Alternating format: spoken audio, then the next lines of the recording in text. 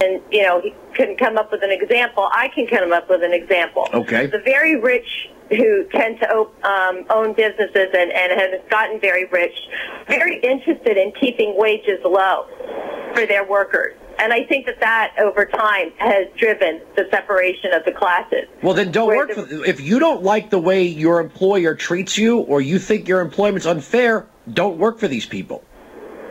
Well, then where are we all going to work? No, I'm one of those crazy East Coast people. Well, Monique, hold on a second. You're not, because I own a company doesn't mean you're entitled to work for me. Employment's voluntary. Now, there might be circumstances that force people to work. True. Circumstantial, we circumstantially must work. I mean, that's what it takes capital and resources to provide food, shelter, health care, and all these other things. But the government doesn't order you to work. The government has no laws on its books saying you must work. I mean, if you're born independently wealthy because you grew up with a trust fund, you don't actually have to take on any employment. The government can't make you work, nor can it give you the right to work. Right, but my point is that the rich is how did it become so separated? But many years ago, just because there's an inequality, doesn't mean the government's empowered to mitigate that inequality. Well, no, not necessarily. But the point being that the richest people how to scam the system. They know how to pay the least amount of taxes. They know how to get it done, and they know how to. So what you're saying is, Monique, you're saying that they're smarter than the government. Oh, they're damn smart, and that's how they got so rich. So but now instead of harnessing that, though, we think as a collective society, if we just all team up and hold hands, we'll take down the rich people. Well, the idea is that there's got to be a way to tax them appropriately. Who decides? Their wages, like the person was saying before. Where are we going? Who's going to have the money to pay back all this debt? They have taken the wealth of the country. They have earned the wealth of the country, as the guy said, on the backs. No, none of this on the backs. Monique, are you oppressed in any way, shape, or form that I don't know about? Am I a what? Oppressed. Oppressed? Yes. No, I'm in the middle. I'm one of the many people out there, like this person on the other day in the infomercial, who is saying that we can't even figure out how to get to the next day. Okay, well wait a second. And yet I'm one of those wealthy people in frickin' Northern Virginia who is going to be taxed according to Obama's plan. But the bottom line is we all have to put in order to. We've got to do something in this country. There's too many people not eating. Okay, well wait a second, Monique. That's not just because there's a problem doesn't mean the government has the right to violate its limits of power to solve that problem. The government, according to Article 1, Section 8 of the U.S. Constitution, the federal government has what it can and cannot do with tax dollars. That's the end of the story. I understand. I understand what you're saying. I'm just saying, and obviously people are on two sides of the coin on this in terms of the election. No, what you're saying, and you don't even... No, Monique, let me stop you in your tracks. Monique, what you don't even understand is what you're saying. You're saying that if I'm rich, the government has a right to point a gun at me and make me responsible for someone who's poor. That's what you're saying. Well, not really. What is wait, Monique, what power does the government have if I refuse to pay taxes?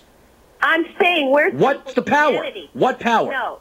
No, you don't understand because you all are going to make this about taxes. This is about humanity. The government doesn't have the right. The government has no right to set my level of responsibility to humanity. The government doesn't have that right. That was the whole premise of the United States of America. No, it wasn't. It was to provide security and liberty for every single person equally. Well, What do you mean, well? Monique, you're wrong. I do personally think that over the evolution... I don't care what you think. You're wrong. What you think is not in the Constitution. If it's not in the Constitution, the federal government doesn't have it as a power. I don't care what you think. Laugh all you want. I'm right and you're wrong. Well, you know what? Who am I talking to? You're talking to someone who's familiar with the Constitution. Have you ever read it? God forbid. Have you ever read the Constitution? Have you ever read the Constitution? Well, yeah, I'm born and bred here, same as you. So then tell me where what you believe is in the Constitution. Tell me where it is. Well, like you said, security. How about security? Yeah, that's tax. Well. That's tax. No, that's not being well. That's being... I am just saying that all of our behavior collectively, and I don't mean just taxation. So we're collectivists. So you're a collectivist. No, I'm saying that over decades and decades, we have sat back, all of us together, and watched a separation of the classes. That's called liberty. That is called liberty. Well, that's what do you call it? Capitalism. Capitalism is liberty. People are free to prosper. People are free to prosper as individuals, Monique. Free to prosper as individuals. The government does not have the right to tell person B that they are responsible for person A. They do not have that right. Well, okay, I understand that. If you break it down like that, believe me, obviously I've worked all my life, and, I'd like to keep what I have, but I understand that, we have to find some more equality. That's what I'd like to We do believe in equality. That means everyone is treated exactly the same. Nobody gets more, nobody gets less from the government. Well, if that were true, and I'm not in the minimum wage group, I'm educating my kids through college. Your kids aren't entitled to college. Huh? Your kids aren't entitled to college. Oh, they're not entitled. If I work my ass off my whole life, where in the Constitution are you entitled to send your kids to college? What? Well, what about you know what, Monique? Goodbye. You're a dumbass. You keep laughing at me with that condescending Northeastern liberal dumbass laugh because you have no idea what you're talking about. So you might have a degree, but you're an idiot. You can call me back when you grow up. It's the Wilkow majority. I'm right, she's wrong. End of story, Serious Patriot 144.